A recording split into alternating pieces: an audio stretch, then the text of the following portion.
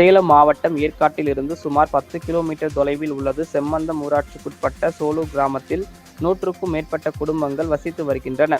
கடந்த 10 ஆண்டுகளாக இந்த கிராமத்தில் உள்ள இடுகாட்டிற்கு செல்ல சாலை வசதி வேண்டி பல கட்ட போராட்டங்கள் நடத்தியும் இதுவரை எந்தவித நடவடிக்கையும் எடுக்கப்படவில்லை. இது தவிர மாவட்ட ஆட்சியர், வட்டாட்சியர், வட்டார வளர்ச்சி அலுவலர் என அனைத்து அதிகாரிகளிடமும் மனு அளித்துள்ளனர்.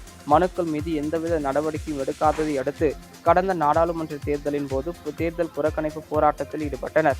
அப்போது கிராம மக்களுடன் பேச்சுவார்த்தை நடத்திய அதிகாரிகள் கோரிக்கை மீது உடனடியாக நடவடிக்கை எடுக்கப்படும் என்று உறுதியளித்த நிலையில் அதன் பிறகும் எந்தவித நடவடிக்கையும் எடுக்கவில்லை.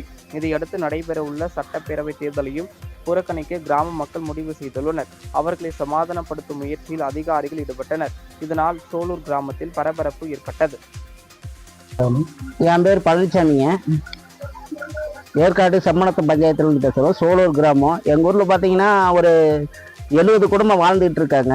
சுடுகாடு, பொது சுடுகாடு இருக்கு. ஆனால் அதுக்கு உண்டான சரியான பாதைகள் இல்லை. 10-20 வருஷமா போராடிட்டு இருக்கோம். ஆனால் பாதை எந்த அமைச்சையும் கொடுக்கல. நிறையா புகார்கள் கொடுத்தோம், அதிகாரிகள்கிட்ட மனு கொடுத்தோம், எந்த ஒரு நடவடிக்கையும் எடுக்கல. இந்த பாதையை அமைச்சு தரலைன்னா நாங்கள் வர சட்டமன்ற தேர்தலை புறக்கணிக்கிறோம். சோலூர்லேருந்து இருக்கிற 180 ஓட்டில் ஒரு ஓட்டு கூட நாங்கள் போடுறதுக்கு அனுமதிக்க மாட்டோம். இதை அமைச்சு தருமாறு தாழ்மையோடு கேட்டுக்கொள்கிறோம்.